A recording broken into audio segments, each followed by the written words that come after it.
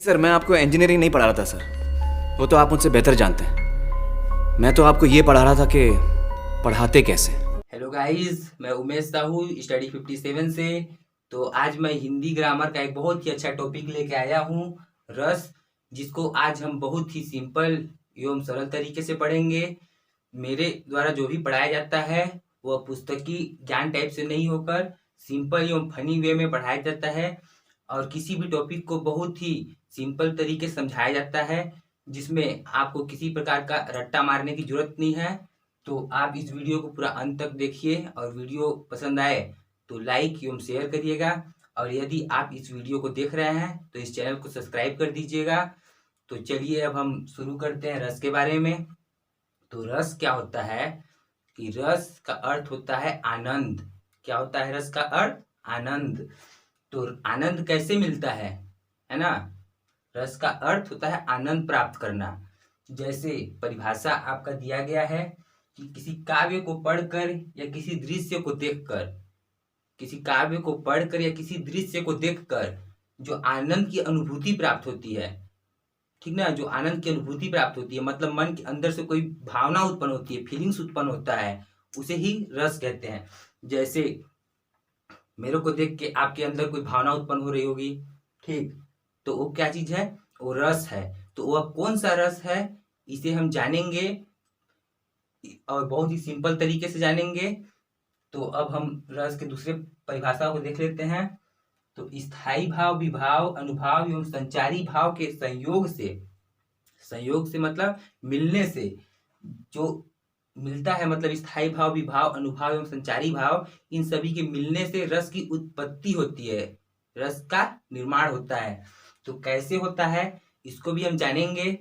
तो यहाँ पर परिभाषा आप देख लीजिए, और एक परिभाषा और है। क्या परिभाषा है वह? रसते इति स्वादते।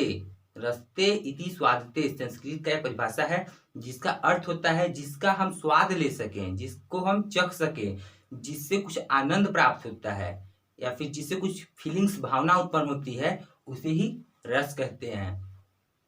तो रस के बारे में हम थोड़ा जान गए। अब इसके बारे में हम बहुत ही फनी वे में पढ़ेंगे, तो मेरे साथ बने रहे वीडियो में।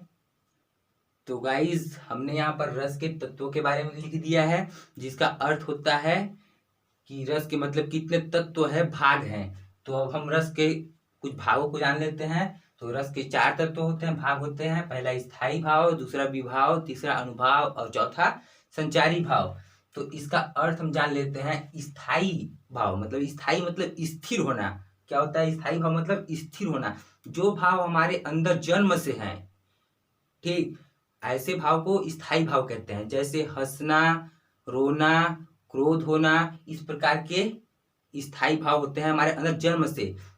यह भाव जो होता है, उस भाव को हमको किसी ने सिखाया नहीं है, यह हमारे अंदर जन्म से होते हैं और समय आने पर बाहर निकलता है। जैसे कि कैसे?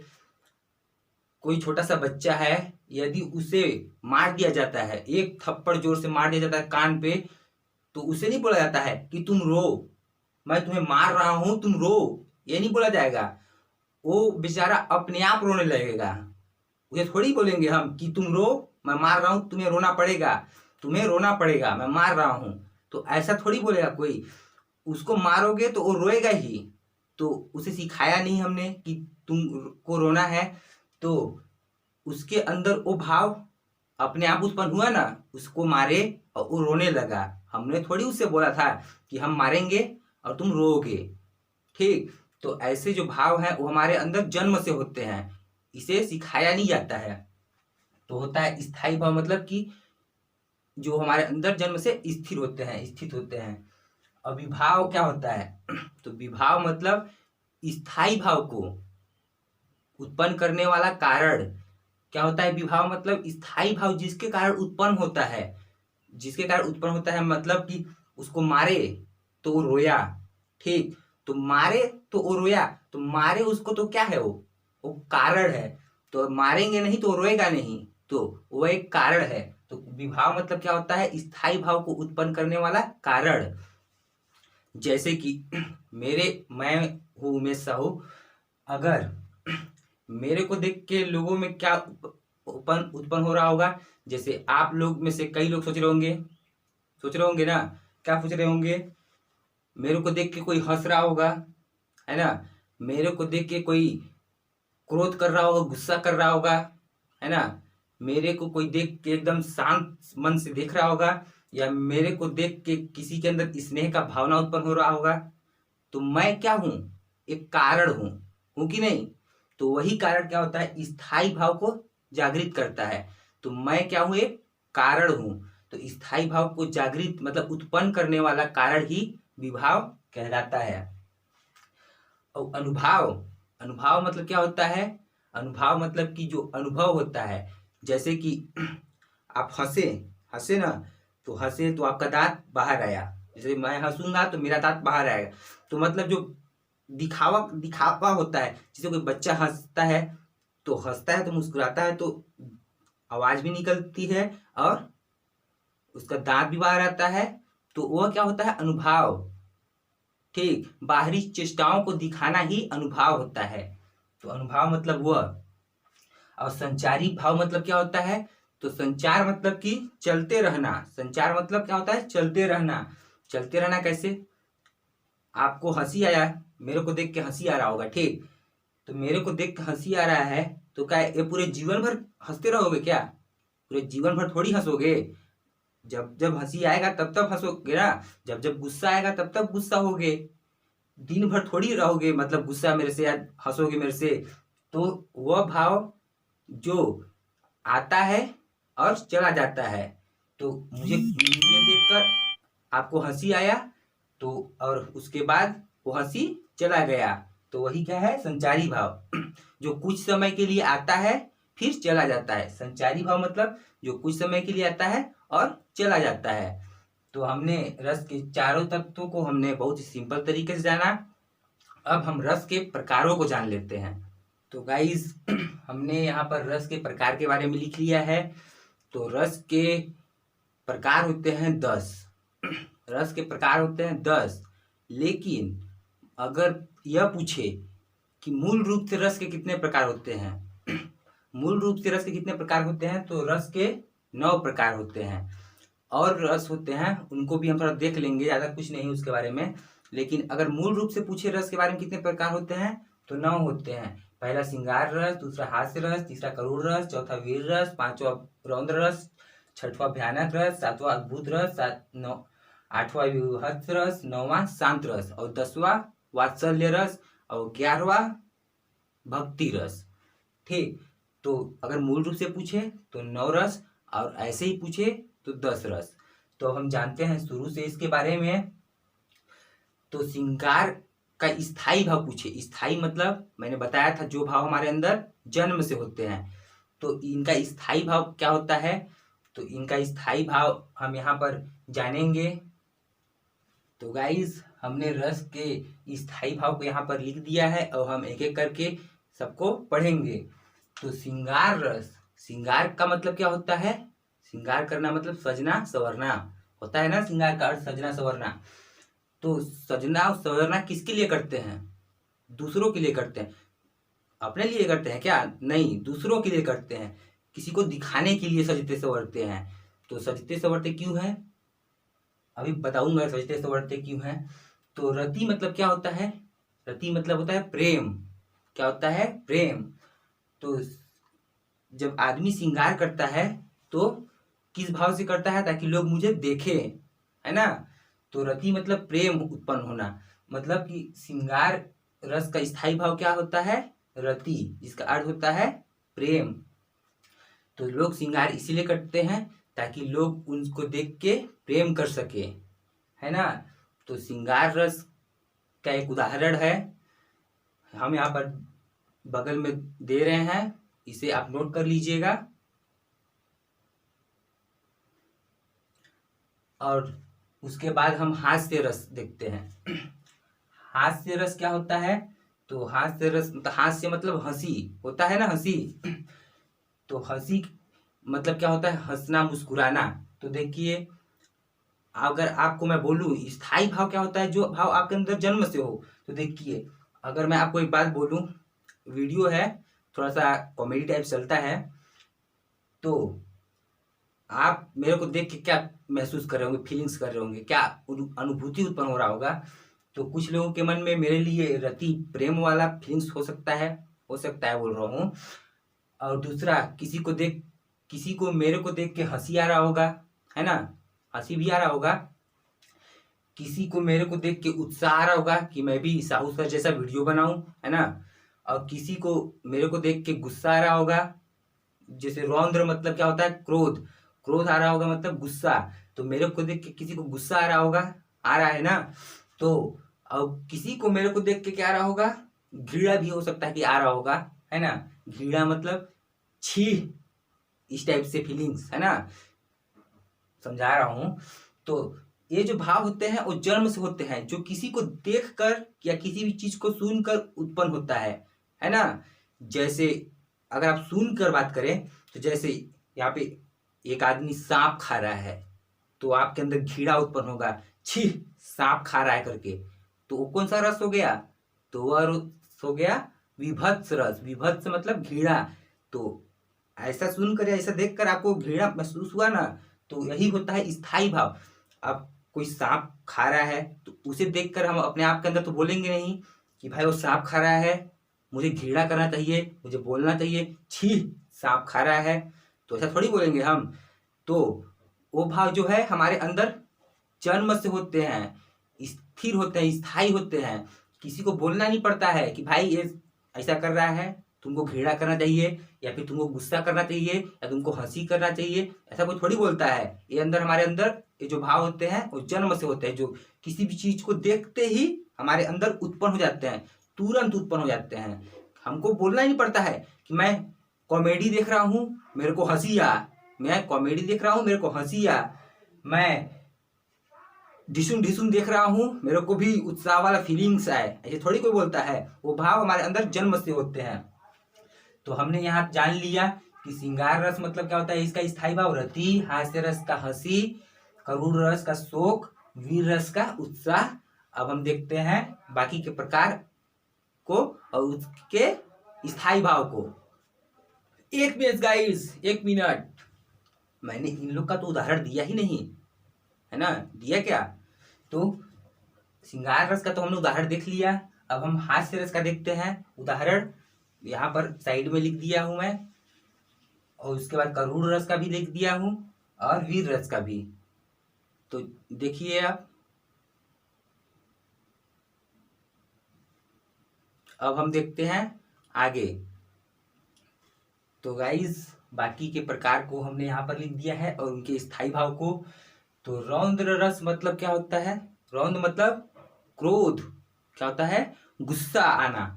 जैसे आपने कैसे गुस्सा आएगा, कैसे भाव उत्पन्न होगा, जैसे कि आप अच्छा काम कर रहे हैं, ठीक, और आपको यदि कोई बोले ये क्या कर रहे हो, ये काम नहीं किए, ये तुमने क्यों किया, इस टाइप से, मतलब कि आप काम अच्छा कर रहे हो फिर भी आपको कोई मतलब गलत बोल रहा है, तो आपको क्या उत्पन्न होगा, क्रोध होगा ना उत्पन्न, क्रोध। ये थोड़ी बोलेंगे आप कि मेरे को डांट रहा है भाई, मेरे को क्रोध आना चाहिए, ऐसा थोड़ी बोलेंगे। ये भाव अपने आप उत्पन्न होते हैं, स्थायी भाव है। तो रौद्र का स्थायी भाव क्या है, क्रोध। जो भाव हमारे अंदर जन्म से होते हैं और समय आने पर बाहर आ जाते हैं, हमको बुलाना नहीं पड़ता। आगे देखते हैं, इसी का अगर उदाहरण देख लेते हैं हम यहाँ पर। अब हम देखते हैं भयानक रस को। तो भयानक रस क्या होता है, तो भयानक का स्थायी भाव क्या होता है, भय, डर। जैसे कि आप कोई कॉमेडी नहीं, आप किसी हॉरर मूवी देख रहे हैं, डरावनी मूवी देख रहे हैं, तो आपको डर लगेगा। या किसी रात में, मतलब अंधेरी रात में आप जा रहे हैं तो आपको डर लगेगा, आपके अंदर वो भाव अपने आप उत्पन्न होगा। ये थोड़ी बोलोगे आप कि अंधेरा हो गया भाई अब मेरे को डरना चाहिए, ऐसा थोड़ी बोलोगे आप। तो वह जो भाव होता है डर वाला, वो अपने आप उत्पन्न होता है, बोलना नहीं पड़ता, हमको बुलाना नहीं पड़ता। तो ऐसे भाव जो हमारे अंदर जन्म से होते हैं और जो समय आने पर बाहर आते हैं, वो स्थायी भाव होते हैं। तो भयानक रस का स्थायी भाव क्या होता है, भय। इसका उदाहरण है आपके सामने। अब हम देखते हैं विभत्स रस। विभत्स मतलब कि क्या होता है, घृणा होता है ना, घृणा। जैसे कि कुछ लोग हैं जो मेरे से घृणा करते होंगे, तो ये घृणा कैसे उत्पन्न होता है? जैसे कि मैंने किसी का कुछ बिगाड़ दिया हो, है ना, मैंने आपका कुछ बिगाड़ दिया हो तो आप मेरे से घृणा करते होंगे। या फिर घृणा कैसे उत्पन्न होता है, वही उदाहरण देखिए। जैसे कि आप जा रहे हैं, सामने से कोई दिख जाए, क्या उल्टी सुल्टी दिख जाए, तो आपको घृणा आएगा, छी करके तो आएगा ना। तो वही होता है घृणा। मतलब घृणा मतलब नफरत करना, कि हम उस उल्टी को या उस आदमी को देखना पसंद ही नहीं करते, समझ रहे हो। तो वो भाव अपने आप उत्पन्न होता है, हमको थोड़ी बोलना पड़ता है कि वहां पे मैं गंदा चीज देख लिया, अब मेरे को घृणा करना चाहिए, ऐसे थोड़ी बोलते हो। तो वही होता है। तो विभत्स का स्थायी भाव होता है घृणा। इसका उदाहरण है, अब हम देखते हैं 8वें प्रकार अद्भुत को। अद्भुत मतलब क्या होता है, आश्चर्य होना, आश्चर्यचकित हो जाना। अब इसका स्थायी भाव क्या होता है, विस्मय। तो अद्भुत मतलब आश्चर्यचकित कैसे हो जाना, जैसे कि आप जिस चीज की उम्मीद नहीं किए हैं, मतलब किसी चीज की उम्मीद नहीं है, वो हो जाए तो आदमी आश्चर्यचकित हो जाता है।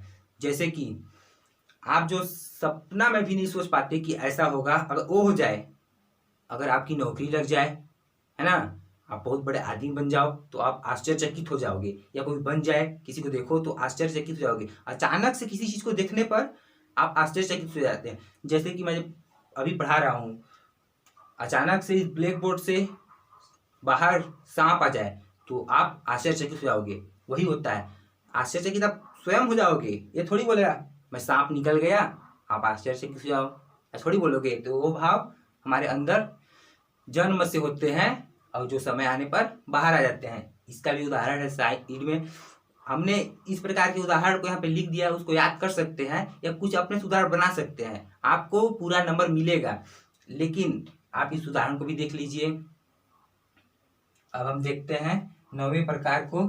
तो शांत रस। शांत मतलब क्या होता है, निर्वेद, मतलब कि मौन धारण कर लेना, मौन टाइप से। निर्वेद मतलब जिसमें मतलब कि हो थोड़ा सा, क्या बोलते हैं, शांत भावना, उस टाइप से। जैसे अगर एक बात बताइए, यहाँ पर कुछ दुख तकलीफ है, ठीक है, मतलब कि किसी को याद कर रहे हैं, तो मन क्या हो जाता है, एकदम शांत होता है ना, मन एकदम शांत। तो इस प्रकार से शांत रस का स्थायी भाव क्या होता है, निर्वेद। इसका भी उदाहरण देख लीजिए तो अच्छे समझ में आएगा। अब हम देखते हैं 10वें प्रकार को, वात्सल्य रस। वात्सल्य का अर्थ क्या होता है, स्नेह। स्नेह मतलब क्या होता है, लगाव होना। स्नेह मतलब भी प्रेम होता है, लेकिन वो श्रृंगार रस वाला प्रेम नहीं, वो आशिकी वाला प्रेम नहीं। यहाँ स्नेह मतलब भाई बहन का प्यार, माता पिता का प्यार, ये वाला स्नेह होता है। और वो जो स्नेह होता है वो कौन सा वाला प्रेम होता है, तो वह होता है कौन सा वाला, इस गाना सुनिए एक जीता प्यारी लागे तू छोरी घनी हसीन से, मेरी जान डांट ले मजनू एक फौज गैल मेरा सीन से।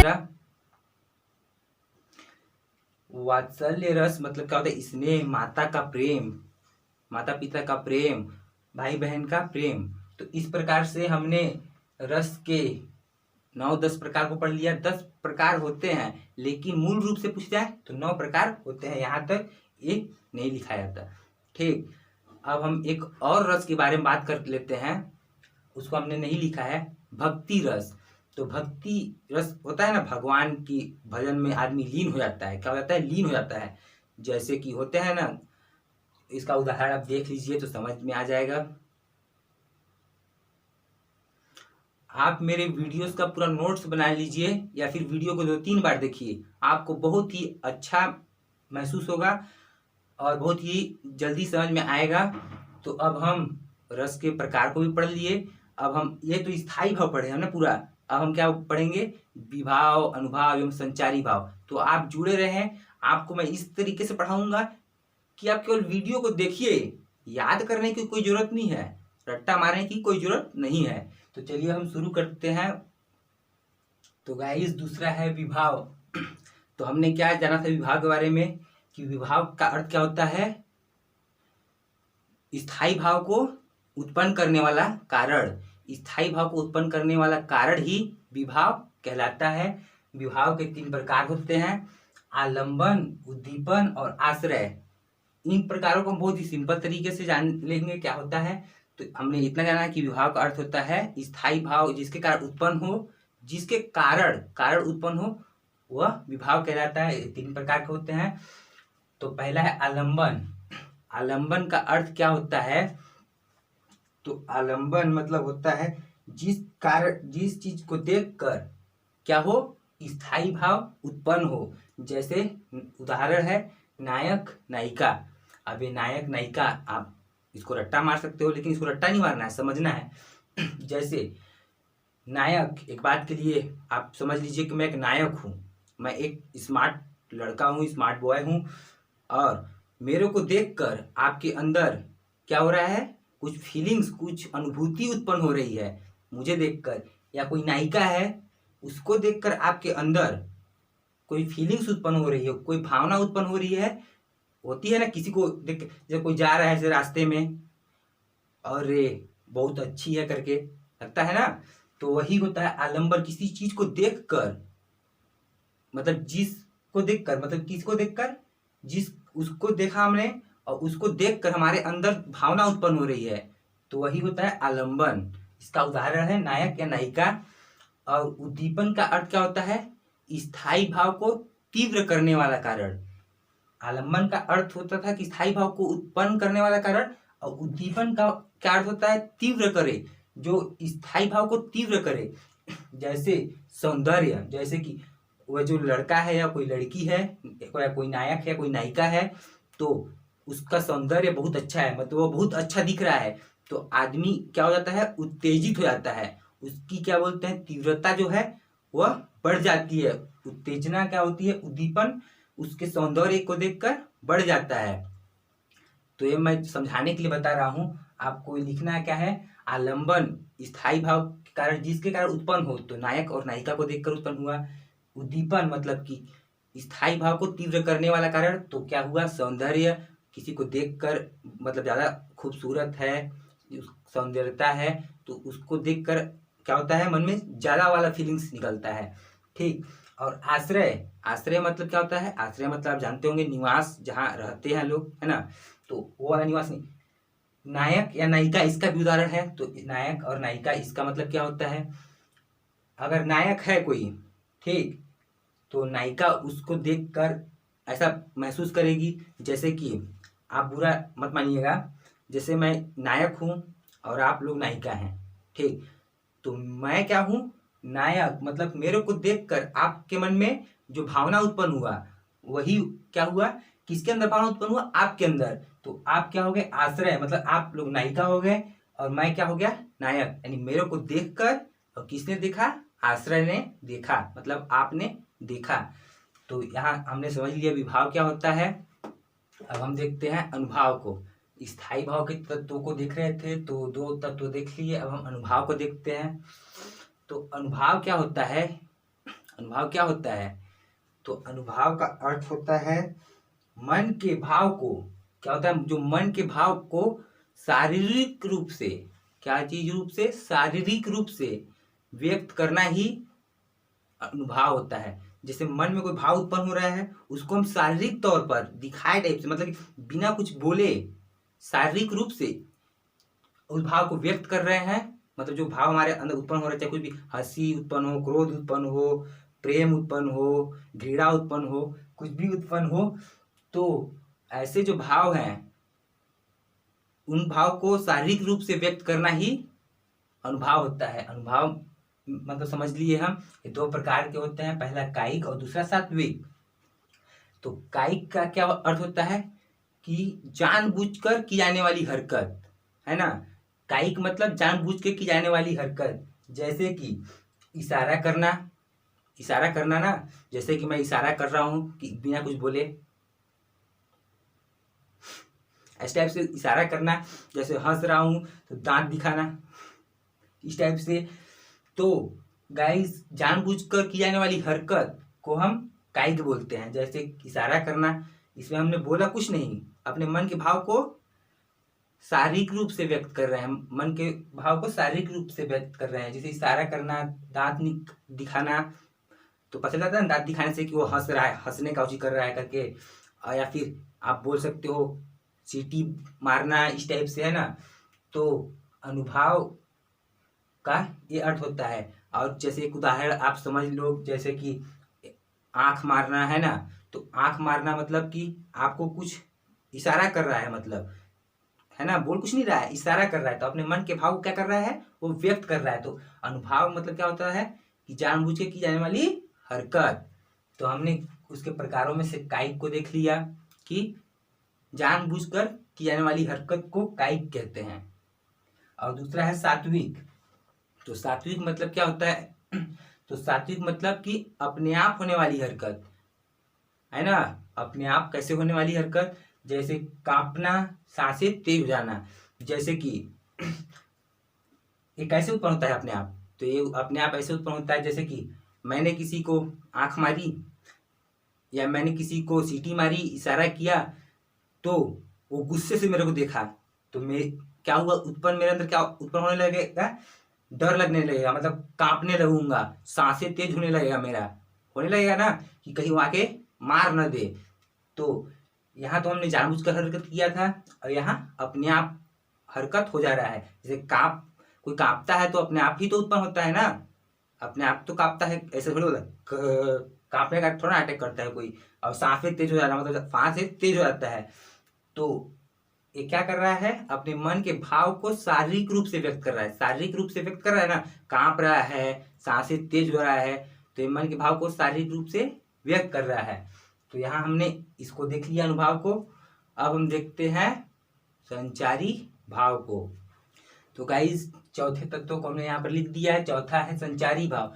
तो संचार मतलब क्या होता है, एक जगह न टिकना, एक जगह से दूसरी जगह जाना, इस टाइप से होता है। तो जो भाव हमारे अंदर अभी उत्पन्न हो रहा है और वह फिर गायब हो जाएगा, जो भाव कुछ समय के लिए आते हैं फिर वापस चले जाते हैं, वहाँ संचारी भाव होता है। जैसे चिंता, डर और शंका हमने यहाँ पे लिख दिया। इसके कुल 23 पद हैं, 33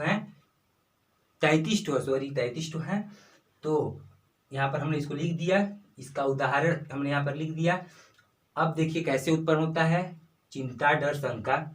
तो हमने वहाँ पर इशारा किया था, है ना। तो हमको अब क्या होने लगेगा, चिंता, वो घूर के देखने लगेगा तो हमको क्या होगा, चिंता, हमको क्या उत्पन्न होगा, डर। तो ये हमें पूरे लाइफ तक थोड़ी रहेगा, वो जब तक घूरेगा तब तक हमको डर लगा रहेगा, और घूरना बंद कर देगा तो डरना बंद हो जाएगा। चिंता कि वो हाँ बोलेगी या ना बोलेगी, इस टाइप से भी चिंता रहता है आदमी में। इसी टाइप से होता है संचारी भाव। जो भाव हमारे अंदर कुछ समय के लिए आते हैं फिर वापस चले जाते हैं। जिंदगी भर थोड़ी कोई आदमी हंसते रहेगा या फिर रोते रहेगा या फिर गुस्से करते रहेगा, कुछ समय के लिए आता है और चला जाता है। तो गाइज, मेरे YouTube चैनल पर आपको इसी तरीके से पढ़ाया जाता है। जहाँ पे समझ नहीं आता होगा दोबारा वीडियो को देखिए, और वीडियो अच्छा लगा होगा तो लाइक कर दीजिएगा, और इस चैनल को ज़्यादा से ज़्यादा शेयर करिएगा, और इस वीडियो को भी। और जिसने सब्सक्राइब नहीं किया है वो सब्सक्राइब कर दें। वीडियो देखने के लिए धन्यवाद। मैं उमेश साहू, जय हिंद।